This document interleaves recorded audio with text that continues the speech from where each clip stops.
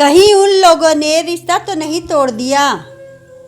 हे भगवान, अब क्या होगा मेरी बच्ची का?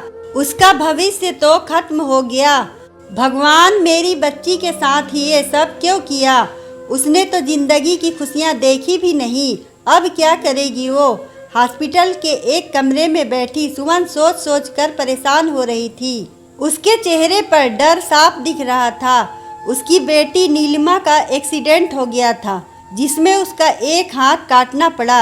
अभी उसकी सगाई को 15 दिन भी ना हुए थे। जाने कौन सी बुरी घड़ी थी जब उस दिन वो स्कूटी लेकर घर से निकली। कितना रोका था उसने, नीलिमा अभी तुम्हें ठीक से स्कूटी चलानी नहीं आती, ऐसे एकदम सड़क पर मत जाओ। लेकिन वो नहीं मानी। मम्मी, अगर ऐसे डरती रहूंगी तो कैसे सीखूंगी?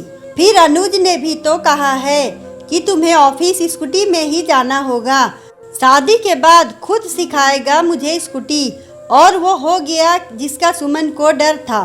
सामने से आती तेज स्पीड की गाड़ी को देखकर नीलिमा के हाथ पैर फूल गए और खुद को गाड़ी की चपेट में आने से बचा ना सकी। और आज नीलिमा अपना एक हाथ गंवाकर हॉस्पिटल में थी। सबसे बड़ी परेशानी यह थी कि सुमन के पति ने उसी दिन नीलिमा की ससुराल में फ़ोन कर दिया था। लेकिन 3 दिन बीतने के बाद भी आज तक अनुज या उसके घर से कोई भी नीलिमा की सुध लेने नहीं आया था।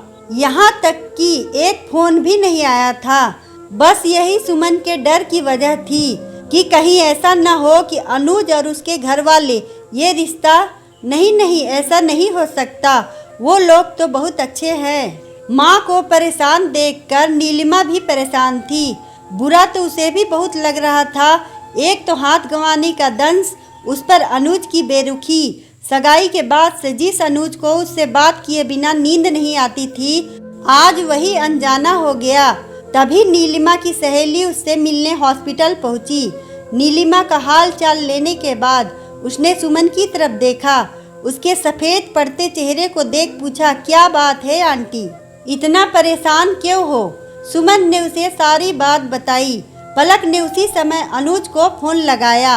हेलो जीजाजी, कैसे हैं? मैं नीलिमा से मिलने हॉस्पिटल जा रही हूँ। कैसी है वो?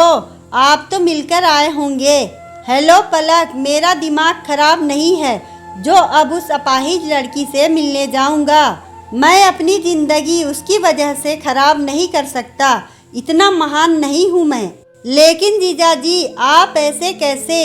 लेकिन तब तक उधर से फ़ोन कट चुका था। पलक ने सुमन और नीलिमा की तरफ देखा। दोनों की आंखों से आंसू बह रहे थे। जिसका डर था वही हुआ।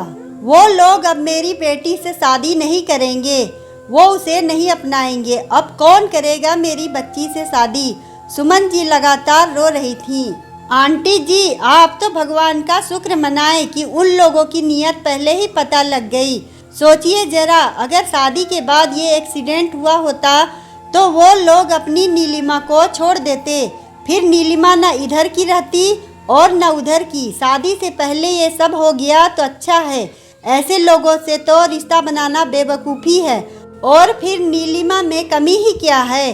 केवल एक हाथ ही तो गया है। कितने लोग हैं जो हाथ पैर या आँख न होते हुए भी आगे बढ़ रहे हैं। देखना, एक दिन हमारी नीलिमा को एक दिन उससे सच्चा प्यार करने वाला लड़का जरूर मिलेगा, जो सिर्फ उसकी सीरत से प्यार करता होगा, उसके शरीर से नहीं। पलक की बात सुनकर नीलिमा भी बोली, मम्मी, पलक सही कह रही है। मुझे भी ऐसे लड़के से शादी नहीं करनी जिसे सिर्फ मेरे शरीर से मतलब हो। अब मैं अपनी नौकरी के साथ आगे बढ़ूंगी। तुमने सही कहा बेटी। उन लोगों के इरादे तो पहले ही समझ आ रहे थे, जो तेरी नौकरी पर भी ऐश करते और तुझे घर में भी नौकरानी बनाकर रखते। मैं तेरे साथ हूँ। अब तू अपनी नौकरी के साथ अपने परमिशन के लिए आगे जो करना चाहती है वो कर। मेरी बेटी मेरे घर है और मुझे इस बात से कोई फर्क नहीं पड़ता। कमरे में घुसते हुए नीलिमा के पापा जयंत जी बोले, सुमन, तुम भी अपनी बेटी का हौसला बनो। उसके सामने ऐसे बात करके उसकी हिम्मत मत गिराओ। अब हम दोनों अपनी बेटी का हाथ बनेंगे। आज के बाद किसी की भी आंख में मुझे आंसू नहीं दिखना चाहिए। पति की बात सुनकर सुमन के मन का डर जाता रहा। वो मुस्कुराकर नीलिमा के पास आई और उसके सिर पर हाथ फेरते हुए बोली, मैं अपनी बेटी को जरा भी परेशान नहीं होने दूंगी। मैं अपनी बेटी के हर कदम पर उसके साथ हूँ। नीलिमा भी मुस्कुरा रही थी। अब उसे अपनी नई जिंदगी शुरू करनी थी। एक नया संघर्ष था जो आसान नहीं था, लेकिन माँ बाप का साथ था तो हिम्मत भी साथ थी। अगर आपको हमारी कहानी अच्छी लगे तो वीडियो को लाइक करें, चैनल को सब्सक्राइब करें और कमेंट में बताएं कि आपको कहानी कैसी लगी। धन्यवाद।